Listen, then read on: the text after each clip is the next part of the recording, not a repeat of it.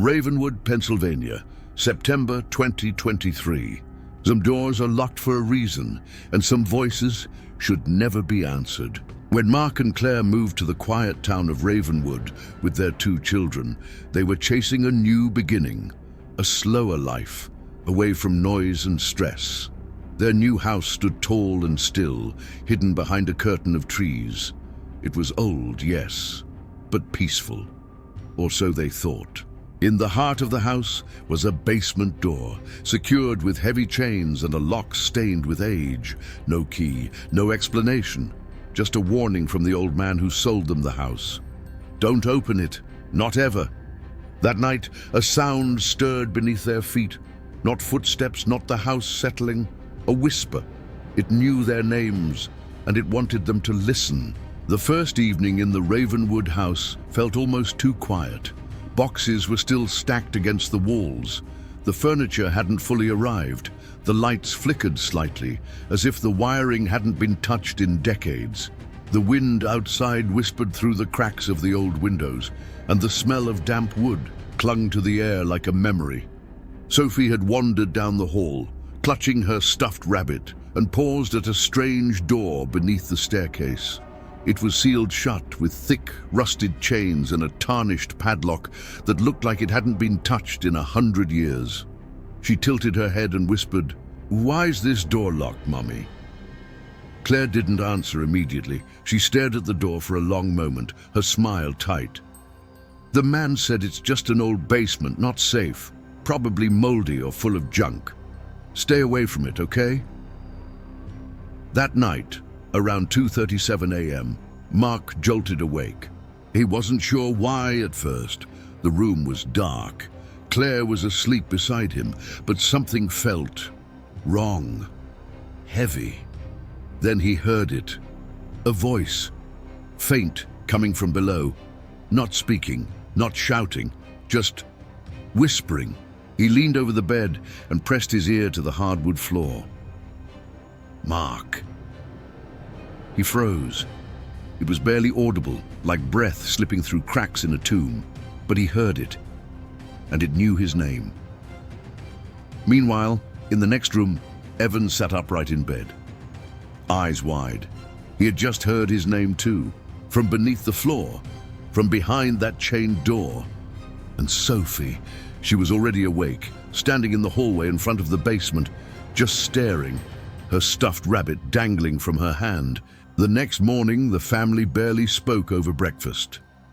Mark stirred his coffee slowly, staring out the kitchen window, his mind still caught on the whisper. Claire asked him if he'd slept well. He lied. Evan kept glancing at the hallway where the basement door sat in silence. Sophie hadn't said a word. She only held her rabbit tighter. Around noon, Claire tried to vacuum near the staircase.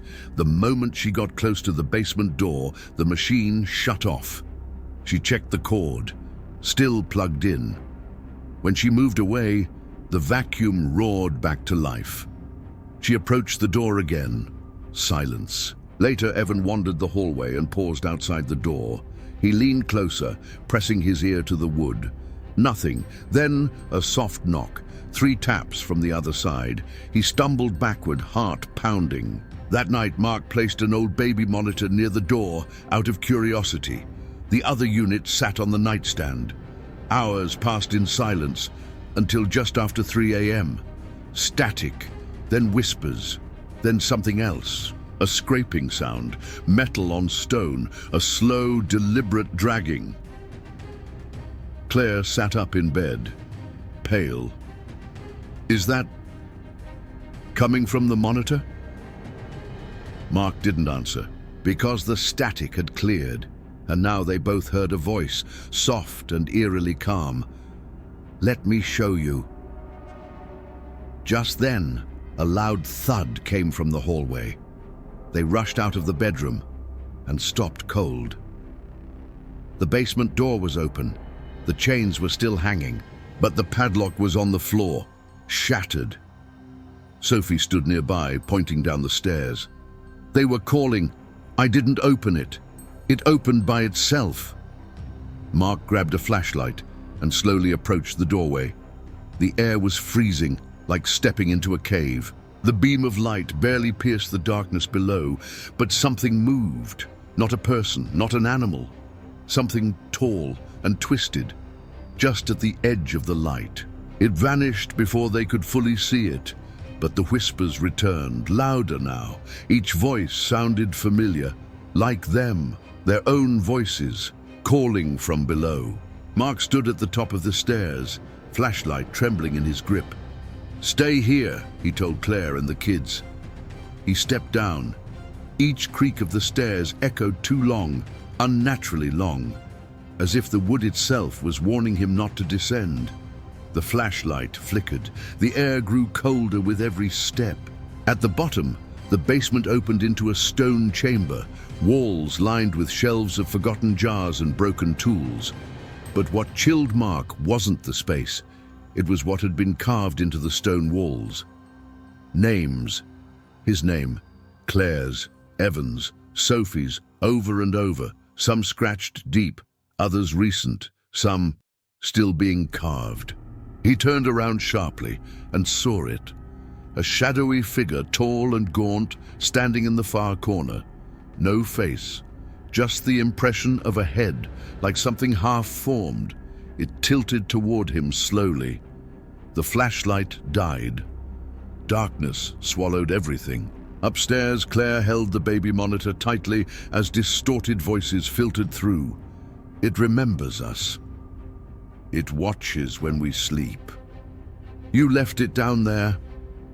Claire grabbed Evan and Sophie and rushed to the top of the stairs. "Mark!" she screamed. A moment later, Mark stumbled up into the hallway, pale and shaking, soaked in sweat. "There's something down there," he said, breathless. "It's not human. It knows us. It's been waiting." They locked the basement door again, but the whispers didn't stop. The next night, the lights began turning on and off by themselves. All the mirrors in the house fogged up at the same time. On each one, words appeared. "Come back." Sophie screamed when she saw her rabbit, its face drawn over with charcoal, like someone had scribbled a different expression on it. Evan opened his closet and found a photo taped inside, a picture of the family taken from the basement steps, looking up through the crack in the door. And still, no one had ever gone down there except Mark. Sleep became impossible. Claire would lie in bed only to feel the mattress dip beside her as if someone invisible had sat down. Evan heard heavy breathing outside his room. Sophie wouldn't let go of her rabbit, but it now had a name she insisted someone whispered to her. Lila. By the fourth night, the walls themselves seemed to breathe, and the basement door, still closed, still chained, still whispering. But now those whispers came with emotion.